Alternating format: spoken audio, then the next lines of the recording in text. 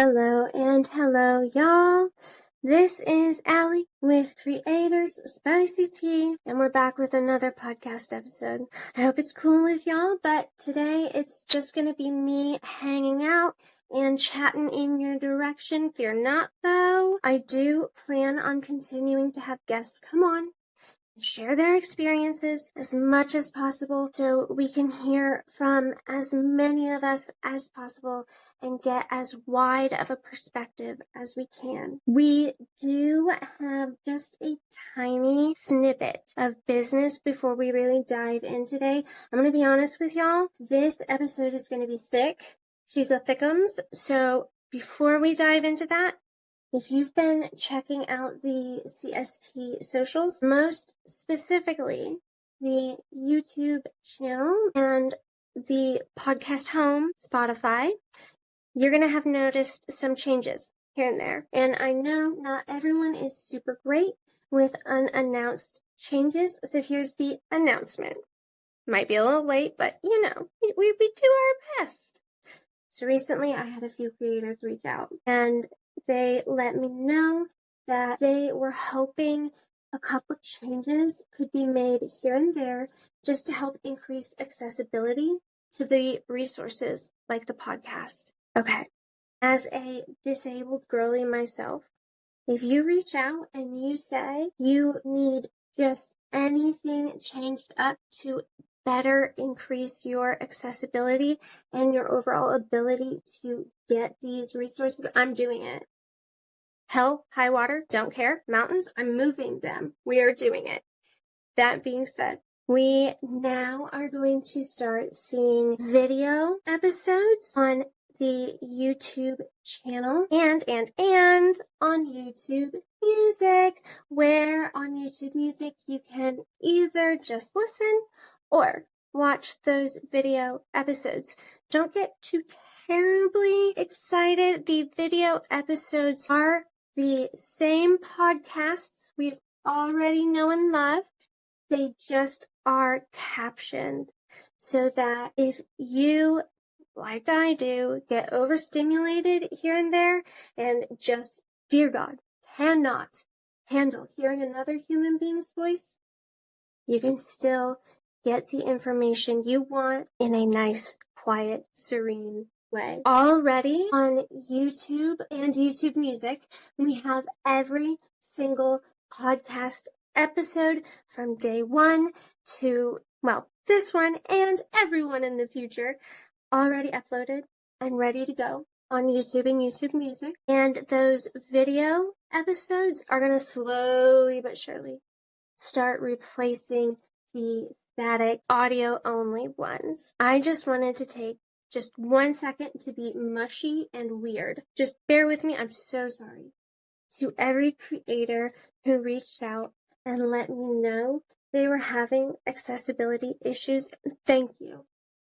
Thank you so much. My goal here is to try and help every single person who wants it, and knowing that you are comfortable enough with me to reach out and even just request anything, I feel damn good about it. We've built an awesome community and I'm just honored to even get to be a part of it. Okay, so like I said, you can find every episode from the first one to all the future ones on that YouTube channel and on YouTube Music.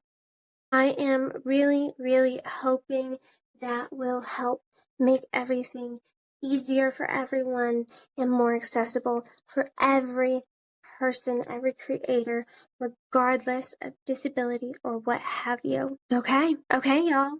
That meeting, we are adjourned. So, what do you say we dig in to this thickums, big, girthy episode? And y'all, it's going to be girthy, and I'm so sorry. We're going to try and get through it. All right? You ready? Let's dig in. Creators Spicy Tea is by creators, for creators, and about creators, right? That's who we're here for.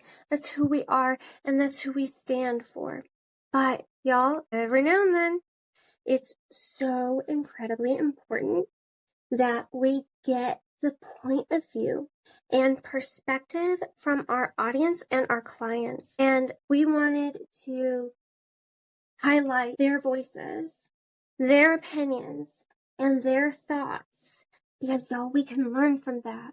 We can strategize from that, and we can grow from that to be able to better manage their needs and their wants, and in return, better income. So, to do that, the CST team partnered up with r/Fetish Buyers community to reach out to the clients directly and get that perspective from active content purchasing members of the adult content community.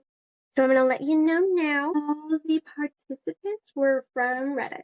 That is where r/Fetish Buyers community is. All of those participants coming from Reddit kind of made these responses somewhat heavily focused on the direct selling corner of the industry. So this does lean a little bit in that area. But that being said, these perspectives and these points of view and the lessons we can take from them to then utilize for our clients, I mean, they're industry-wide.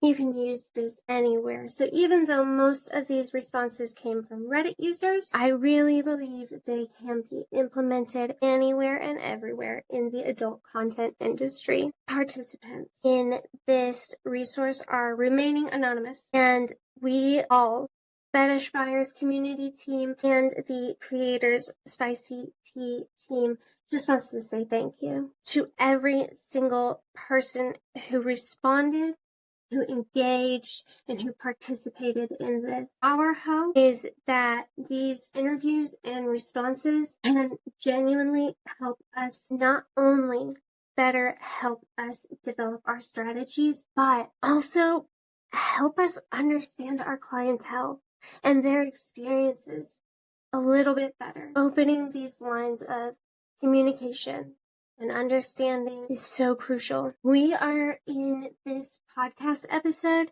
going to be going question by question with the overall general statistics of the responses, and we are sure to be stealing some direct quotes from the responses provided. So many of the responses to each individual question were fairly similar. So we are going to be kind of grouping the overall responses to each question into little categories. It'll make more sense when I dig into it. I do realize I'm explaining that just miserably. I'm going to let y'all know this was a very large and very, very highly interacted with resource, which honestly, we did not expect. Buyers tend to be a quieter group. They want to be a little bit more out of the spotlight, right? They leave that for us. Y'all, they came out in droves. It was just a gift. Again, I'm going to just say thank you again and again and again. So since this resource was so large and so engaged with, this is only part one of the podcast series. I'm hoping we're only going to need 2 parts, but we're just going to call this part one and see where we go with it. When it comes to bringing the next episode, or I should say part of this series, my hope, my absolute hope, if life cooperates with me, we're going to have this episode, the Buyer's Perspective Part 1, coming this month in November. And then December, super exciting, I'm hoping to have an amazing, lovely, wonderful guest to come speak on being a dom, and maybe even touching a bit on FinDom. And then, come January, is when I hope to see the next installment of this Buyer's Perspective series. As we go through this episode, there are going to be so many resources that we can kind of look at to go hand in hand with this episode, or at least ones that I think would be a companion piece to this. I'm going to try so hard to remember to link every single one in the description box. Y'all, if I forget some, I'm so sorry. I'm so sorry. I'm naturally blonde. Sometimes the artificial intelligence wears off, you know? Okay, I'm rambling at this point. What do you say? We sit down, we dig into it.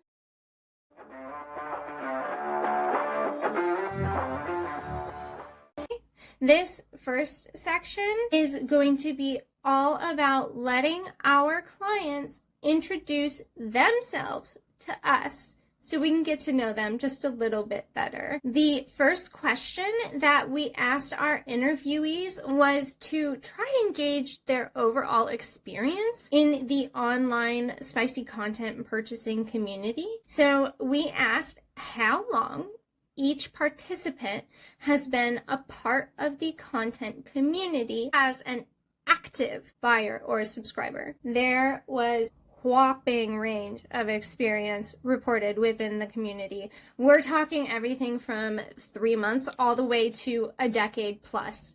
This is a fantastic range for us creators, as what that means is our respondents have a wide variety of experience. So 32% of respondents said they're in their first year within the community. 44% said they were in the range of a year to 3 years having been participating and buying content. 23% though, 23% of respondents could boast 4 to 10 plus years within this community. That decade mark, 10, that's not an outlier. There were 4 total responses of 9 and up years of being an active member of the community, which that's crazy. So now that we know their general range of experience, we wanted to ask kind of about their beginnings. We asked them, how did you first learn about this side of the adult content industry? There was a very wide variety of answers here as well, but there are definitely some identifiable trends. So let's break it down and let's this time add in some of the quotes from our respondents. 72% of the participants who answered this could relate their beginnings more on the wild roller coaster of coincidence that is a internet deep dive. Most of that 72% kind of found the selling side of Reddit through the platform itself, but others did kind of just stumble on us through Google or even other platforms. One respondent says, I did a Google search for fetish used panties, and Reddit was among the search results. I had known about Reddit, but I was never active in the site. Another said that I always wanted to know what it would be like to have someone else's socks, because that always turned me on, and I happened to find Reddit. And then someone said, purely by accident. They say they collect bras and were browsing Reddit for potential new acquisitions and found out about the existence of the selling community. They stated they contacted their first seller very shortly after finding and exploring the community. So that was 72% of respondents, but 11% came to our little corner of the internet through a referral. So one member says they found us through a fellow member of a fetish Discord server. And another says, honestly, a friend told me about it. I've always known about OnlyFans, but not buying direct. Only 5% found our corner through social media platforms like Twitter, Instagram, Snapchat, Kik groups, etc. And only 12% said they joined the direct selling community on Reddit via other platforms such as cam sites and paid subscription sites. One respondent of that group said they originally found out about buying worn panties from a cam site where one of the models also sold them. After doing a little bit of research, they found r/FBC on Reddit along with the selling communities, and they've been a part of it ever since. Another respondent said, quote, I have had just got into OnlyFans heavy and started buying panties. So yeah, I found this side after that, unquote. So now that we know how we are being found, we asked next what their preference is in types of content, whether that be physical content such as used panties, socks, etc., or digital content. Now, there was obviously less of a variety of responses for this since it was really one or the other or both, so it was a little bit more closed-ended, but some really great perspective was shared. 63% of respondents prefer digital content, although a lot of them do state that they do indulge in physical content as well, but digital is just their preference. So a respondent says, quote, digital items only. I do follow and enjoy looking at photos and kind of like the idea of maybe purchasing a physical item, but it would have to be with a seller that I really connected with and had already purchased from for a while. For me, it would have to come with a lot of trust.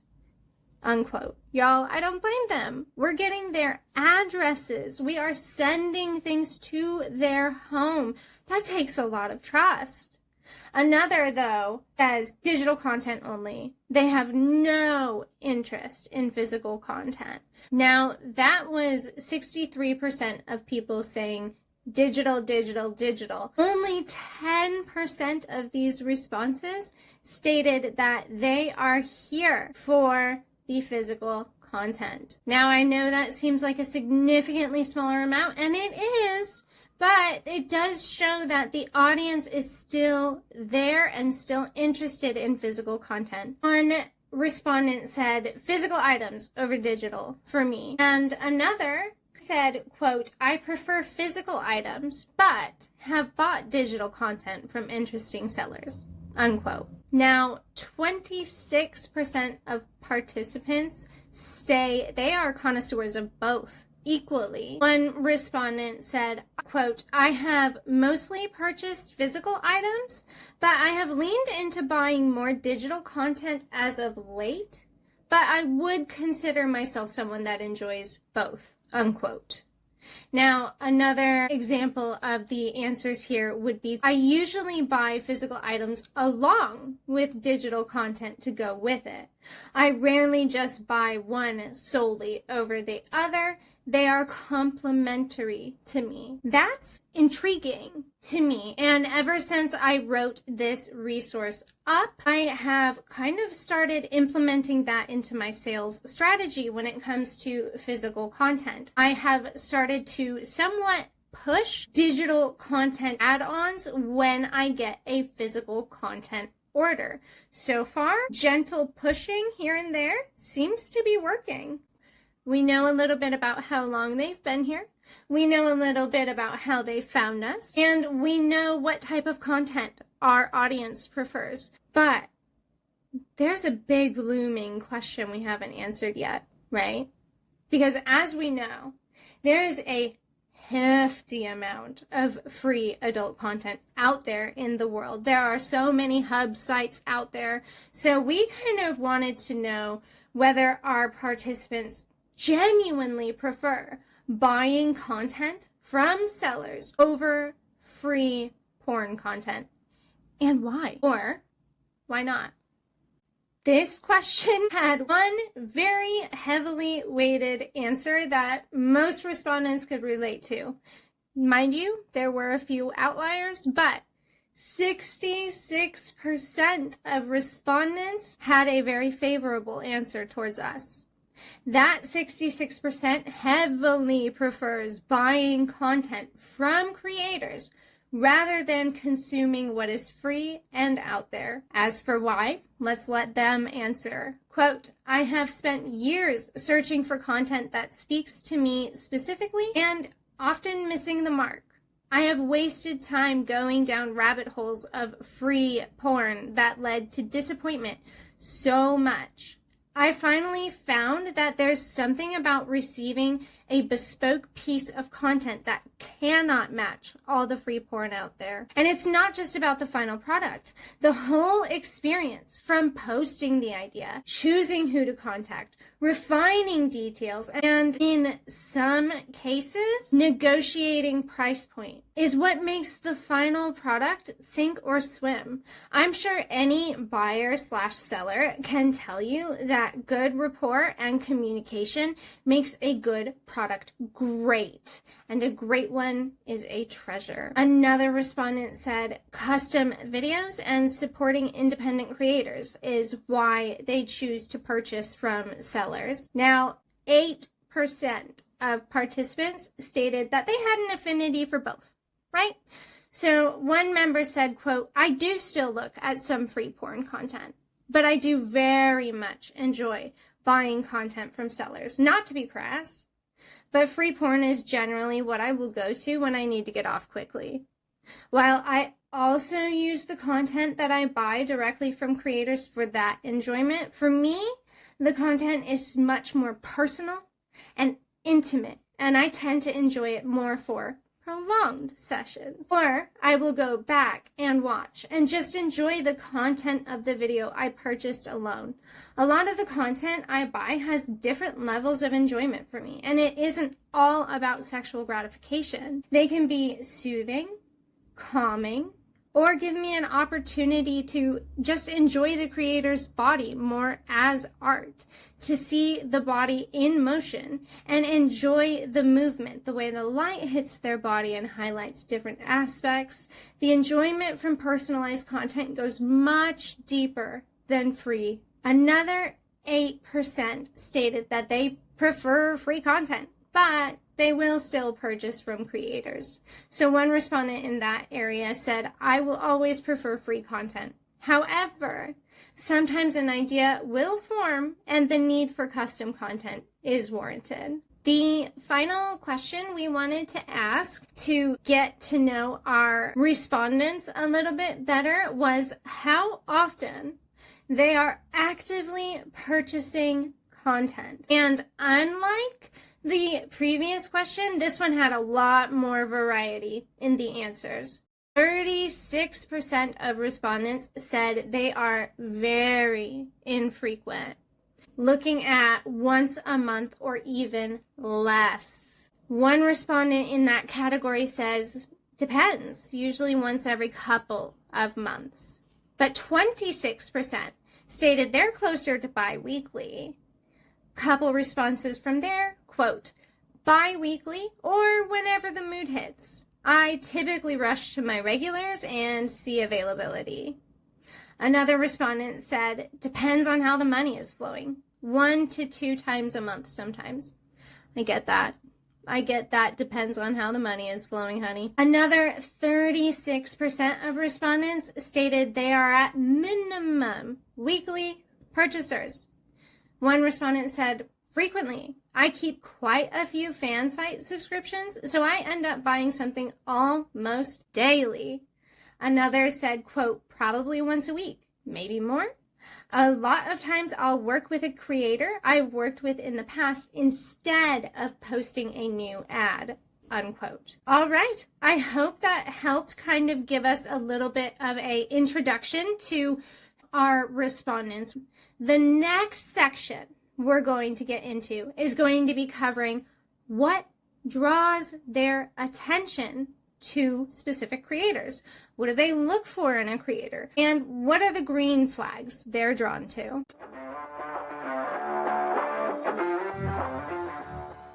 To begin diving into the green flag section of this, we first asked them about our promotion strategy.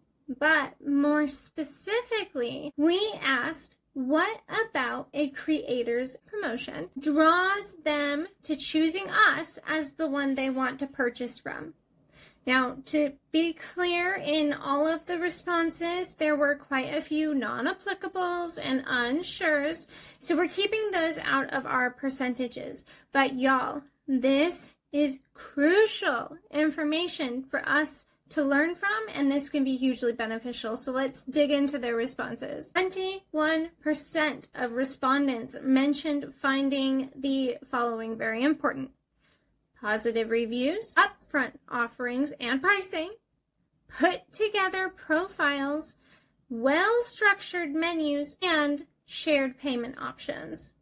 We've discussed in the past how crazy important all aspects, including our comment section of our Reddit profile, are. For a quick reminder on how important a pinned menu and how important our comment section on Reddit are, check out those links in the description box. There's a couple resources that are going to be linked there on that. So that 21% that mentioned finding those very important said a couple more specific areas on it. So one answer was clear and precise pricing and options. For example, link to socials, payment options, a visible menu. Another respondent said appearance, product, and time spent into composing their menu and services.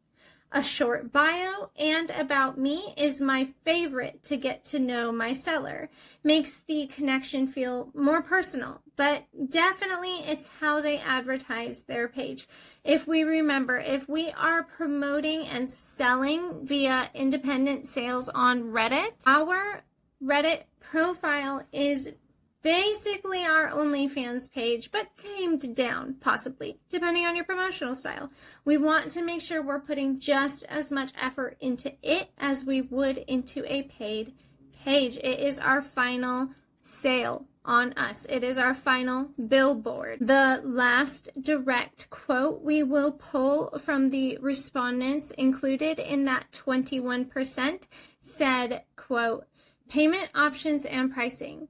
I feel like I'm wasting time asking those questions if I found out they aren't things that work for me. Once I see those are something I line up with, I check for stats, body description, pics, etc.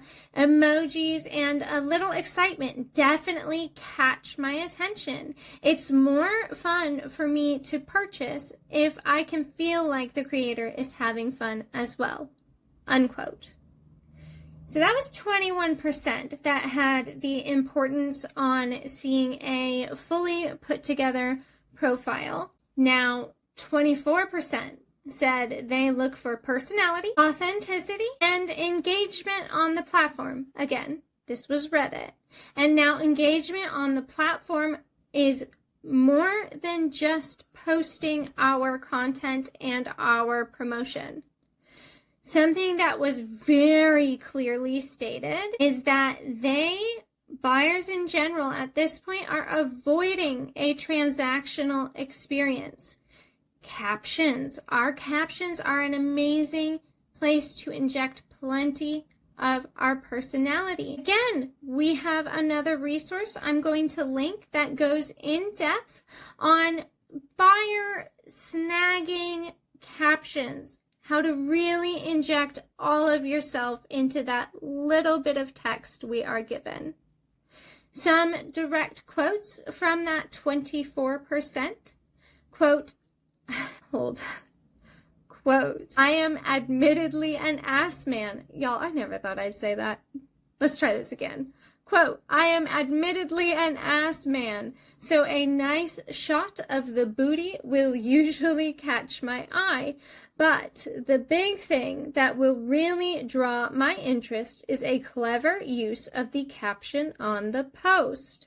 Having a title that is clever and shows the seller's personality more than just being a thirst trap will absolutely catch my attention.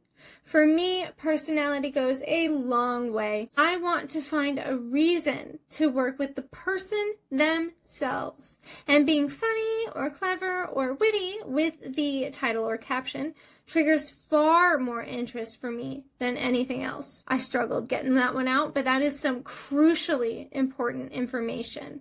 Another respondent stated, beyond their looks, I would say how they express themselves and how they communicate. Responsiveness and not feeling like it's just a business transaction. If the post is just a picture and pricing, I move on, no matter how gorgeous the provider is. Same goes for responses to want ads. 1 or 2 word replies get skipped over completely.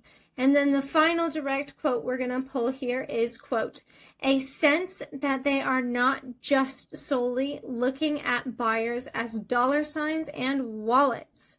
Also that they have a good sense of customer service and will not just treat you any kind of way after you send them full payment.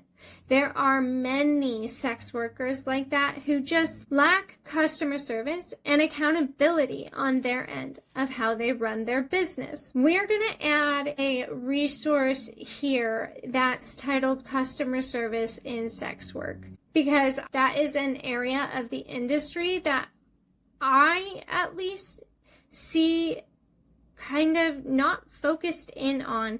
But we are in the business of sales. We are salesmen, or women, your choice. In the business of sales, our primary focus is our customer relations, which means we are customer service based.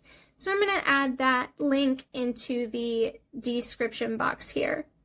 So that was 24% saying they look for personality and authenticity, but 54% are more focused on the content itself. They prioritize quality, creative, and appealing content. Along with that, our appearance and their attraction to us. Another resource. Y'all, this question, we have so many resources for this, which is great. I am going to add a resource in the description box on how to best optimize our media for our ads. But let's look at some of that 54%, some of their direct quotes. Quote, creativity and attention to detail are big giveaways of a serious seller who enjoys what they do and looks forward to collaboration, in my opinion. You can tell by poses they chose, clarity of images. I've seen plenty of sellers get creative with color schemes and quirky messages, all good indicators and attention grabbers.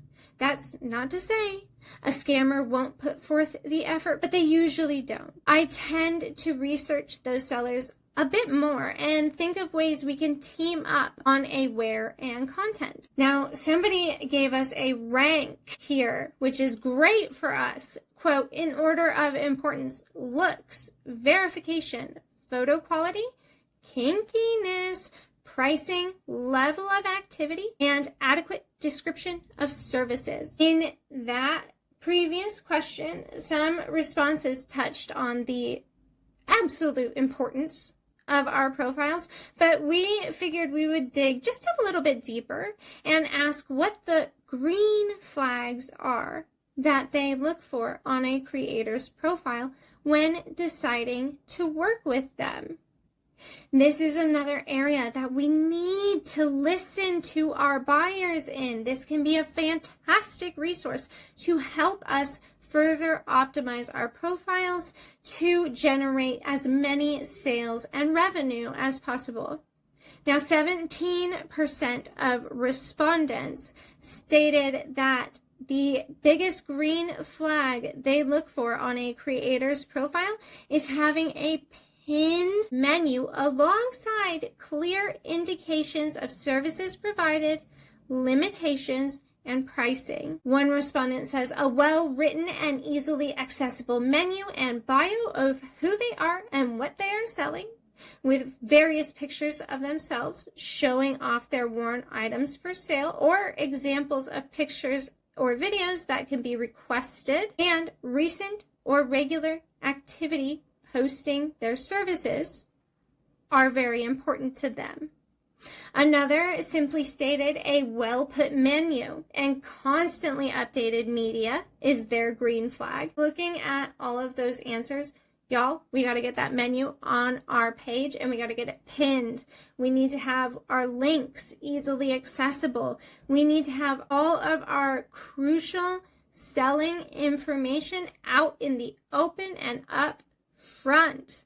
Now, 22% stated that they take account age and post history into consideration as green flags. They want to see a well-aged profile with plenty of karma, which, again, this is Reddit. They also were certain to mention that engagement is important, but spamming is a red flag. In regards to karma, it was also specifically mentioned that our comment karma is just as important to them as our post karma. Now, we recently went over the importance of our comment section on the Patreon in a resource, so I'll be sure to link that as well. One respondent who fit into that category stated that regular posting but not spamming lots of pages, and that we've been posting for at least a few months regularly is important to them. Another person said, quote, account age is consistent with karma. Example, if an account is 6 months but has 10,000 karma, I know they're probably fake and karma farming. And if they have 6 years but only like 2,000 karma, I know not a lot of people visit their page, so something has to be off with service, product, or delivery, unquote. And then another and a very commonly seen response in this was active participation and posting in plenty subreddits. 41% of respondents find it more important to see reviews and verification in large selling subs. Y'all, I know verification is a pain, and I know that getting reviews can be a struggle. Both of those are crucially important. They also wanted to see effort in making those reviews and our other pertinent information available to them. Now, I personally have a custom domain and website, and one of my pages on my website, I copy and paste all of the reviews that I have had posted internet-wide into one area. I cannot suggest that more.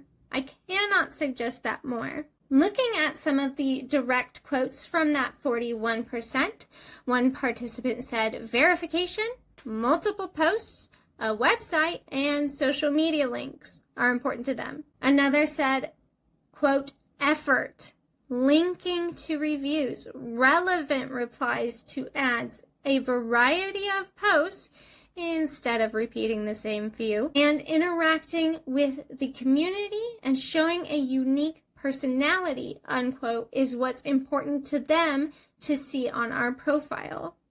Now, another said it's important for us to be experienced with a lot of reviews on r/FBC. Also, y'all, I'm so sorry if I'm not able to get that out in post.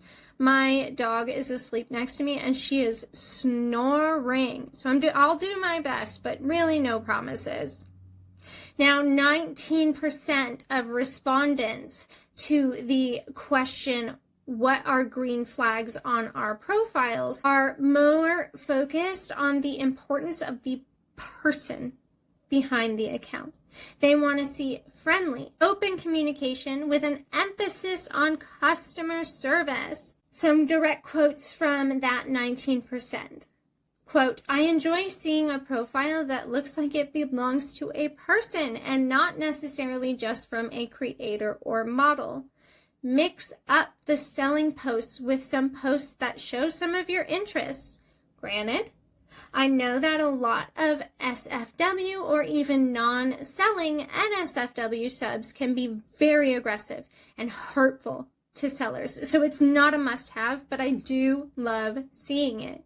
Another big one for me is the comment history. If you show that you engage with people that comment on your posts, if you engage with other posts in the community, if you are trying to offer advice and helping out wherever you can, all of that is really big and important to me and will immediately give you a bump in my eyes. Unquote. Y'all, that is absolute endorsement for hybrid Reddit profiles. My profile is a hybrid, and it has been since day one. There is NSFW mixed with SFW. I do not keep those two parts of me separate. I put them all together, and it looks like, according to at least the respondents in this 19%, it looks like that's a pretty good idea. Another respondent said reviews, engagement with followers, a sense of what the seller's personality is like, photos that showcase physical features and not just the obvious ones. When I'm interested in buying a custom, it is the whole person I'm interested in seeing. Now, that last group of respondents mentioned the importance of a personality in a creator, right? But what specifically are they looking for? Was the next question we asked. So what specifically in a creator's personality attracts buyers to us? And remember, y'all, okay, big disclaimer, it is important to listen to our clients' needs and wants in a creator's personality, but we must be staying true to ourselves. It is not worth it if you have to put on a mask that you hate putting on, okay? Let's look at how they responded. 25% mentioned they want playfulness, charm, flirty, and friendliness. One respondent said, quote, amicable. Sometimes the terse replies really don't make the sale feel genuine. Someone who enjoys their craft. Some do it just for money, and that is completely okay. But even the most minor connection in conversation makes the panties frameable art in my book, unquote. Now, 32% were more focused on communication skills, response times, professionalism, mind you, while maintaining that not so professional connection that we have to. Basically, this group wanted to see fantastic customer service. Many stated they wanted someone friendly, honest, and great with communication. One stated, quote, it's fun when the creator is authentic and asks questions. I tend to come to creators with a good idea of what I want, and the best custom experiences I have are when creators ask questions to clarify what I want. It's also always nice when a creator treats me like someone they'd like to work with again, checking in, etc. It's always nice, unquote. Another said, good communicator with a good attitude, seems to enjoy doing this, keeps their word, seems to enjoy and puts some thought and effort into the custom picks and ships in a timely way. 2%, so almost half the respondents focus on friendliness, coachability, and someone willing to be engaged in the conversation. Y'all, basically every group of respondents from this so far have emphasized the importance of us communicating and listening. One participant of that 42% stated, quote, I'm mostly interested in seeing that they are a real person with interests. I mostly don't want the creator to appear to be just a sexual gratification robot or someone that is just here to treat each order as strictly a transaction. Show me that you enjoy meeting people and building connections. Show me that you have other interests and other ways to build a connection. That will all add up to make the experience even better. Yes, you are providing a service, but the more personal and intimate that can be for me, it will lead to a much better overall experience. Also, be real with me. Be straight with me. Share your ideas. Offer advice on what you think will make everything better. Provide your input. You as creators have far more experience and know how to deliver good content. Plus, you know what you are good at, so you know what will come out looking better. I very much believe that if you are invested in the idea, if you feel like you can make it your own while also delivering on my fantasy, that will 100% show in the end and will make the content so much better. We should both enjoy the process." Unquote. Another respondent said, "Most often it's just simple kindness, but also love it when they get excited to create the idea I have in mind. It really adds to the excitement." Y'all, so that's a strategy that I do. Anytime someone comes to me with anything, I don't care what it is. If it's something I can and am willing to do, I act like it is the most exciting thing anyone has ever approached me with. Oh my God, I can't wait to dive in. And time after time after time, I have got feedback that was exceptionally important to them. So now we have a concept of what attracts our clients to us, be it in our personality, on our profile, etc. Now we wanted to ask about their personal experiences. The Fetish Buyers community and the Creators Spicy Tea community asked if the buyers could remember a fantastic interaction with a creator and why was it so fantastic?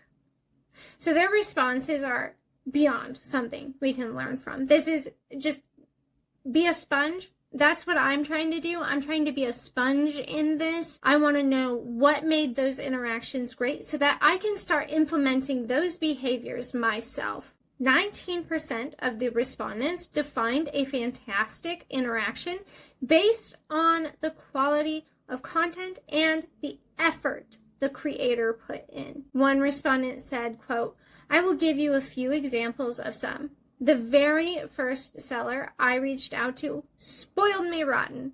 I received updates throughout the wear in forms of pictures, videos, and messages about her activities. She was a great communicator, super fun, super sweet, and to this day, we continue to have a great relationship. I purchase from her regularly." Another respondent said, "I contacted the creator in the same manner as usual, giving them an idea of what I was looking for and asking permission to elaborate and send samples. Pre-production discussion went great. They sent a price which seemed kind of high, but that's okay. I paid and we moved forward. Was told a time frame which worked fine for me. Then I didn't hear from them for several weeks after planned completion date. I was super anxious, but I messaged them regarding the issue. The seller had everything already made and finished, but forgot to send. Checked the EXIF files to see date created matched agreed time frame. Mistakes happen. Completely understandable. I do have to say that even with the mix-up and added wait time, this creator did the absolute best work I've gotten so far. Absolutely professional level content, and as soon as I got the media, my feeling of price being a little high had shifted to a feeling of, I didn't pay them enough. Unquote. Y'all, that EXIF data, let's talk on that for 2 seconds here. Recently, we put out a resource that said something along the lines of, here's to all the procrastinators, cough, cough, me, don't lie about when you create your content. Because that EXIF data, it shows when it was created, and if you lie about it and they know to check the EXIF data, you will be caught. I will be sure to link that resource here as well. Now, 46% found open, honest, and personable communication to be what they're really looking for. This group also, as we've kind of seen throughout this group of respondents, saw an importance in creators just enjoying what they do. Some quotes from them: "There are plenty of fantastic interaction with sellers. Great communication, reliable turnaround. They weren't pushing for the sale. They brought their own ideas to the table or asked questions to make it a better product, and generally just nice to chat with while working together." Remember, y'all, this is a customer interaction, and every initial or individual customer interaction can lead to umpteen number of more sales. So we want to treat every single interaction and sale not just as if we're trying to nail the sale at hand, but we're also trying to set up the potential possibility for future sales. Now, 34% of respondents focused in on the interaction between them and the creator. They stated that because the interaction was amazing, it made the content itself better. One respondent said, "Good Lord." And that's with a T. Like 90% of my interactions with sellers are fantastic. I have no idea if sellers are more willing to interact with me because I've been in the community for a long time and I have extensive history with commenting and reviewing, but I tend to be able to reach out to a seller and just have friendly conversation with them. I would say the big key for me is treating everyone like a person. It is not all about sex and getting off. I like to know the people that I work with, and getting to spend time building that connection is always a treat. I think so long as you are kind and respectful, most creators are willing to engage in conversation with someone, partly because getting to know the buyer gives them more insight, what they like, and allows the sellers to better provide service for them. And then another said, the best interaction for me is an ongoing one with a seller who I talk to almost every day. It's a relationship and rapport that has been built over time and certainly didn't happen overnight. It requires accountability and respect on both sides.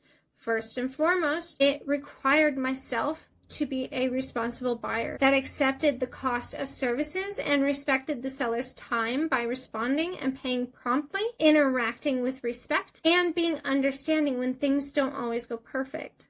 Simply put, I take care of her and she takes care of me. The result has been genuine friendships that I cherish to this day. Y'all, that's what we're looking for. That connection where you can say, yeah, this person is dope as hell. I'm willing to say this person is my online friend. Those buyers that I have, the many, many, many that I consider my online friends, not only do I want to make the content more, but it flows easier. I don't have to think about what I'm doing. I can just turn the camera on. I know this person. I know what they want. I know what they like. They know what I want. They know what I like. I'm going to combine the two of them, and it generally turns out so much better than initial content creation for someone.